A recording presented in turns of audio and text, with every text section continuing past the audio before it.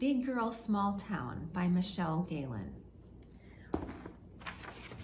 This is the first book by Michelle Galen, and I just loved it. It's probably one of my favorite of the whole year that I've read the new year. It's set in 2004 in the fictional town of Aggybogie. This is just a short distance from the border of Northern Ireland. Catholic-Protestant hatred lurks in the shadows of the peace agreement of 1998, officially ending the IRA British fighting over independence. Somehow, the peace agreement never reached Aggybogie.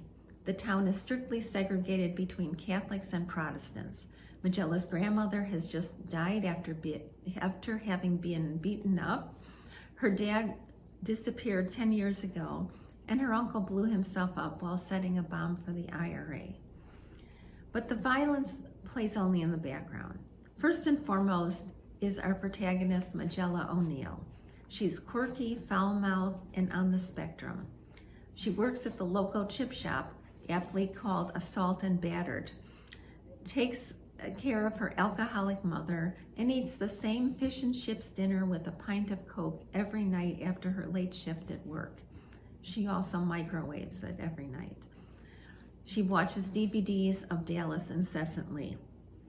The book came out this past December 2020, a time that was dark for many of us. Employing dark humor, it describes the denizens of this town, mostly drunk and unemployed, with wit and compassion.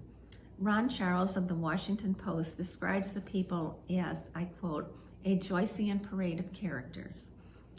Wee Roisin Murphy has no idea her sister is actually her mom. Harry Feely, the town's only recovered alcoholic, is a warning against the dreariness of a dry life. And Jimmy Nine Pints propositions Majella with the same crude joke every single night.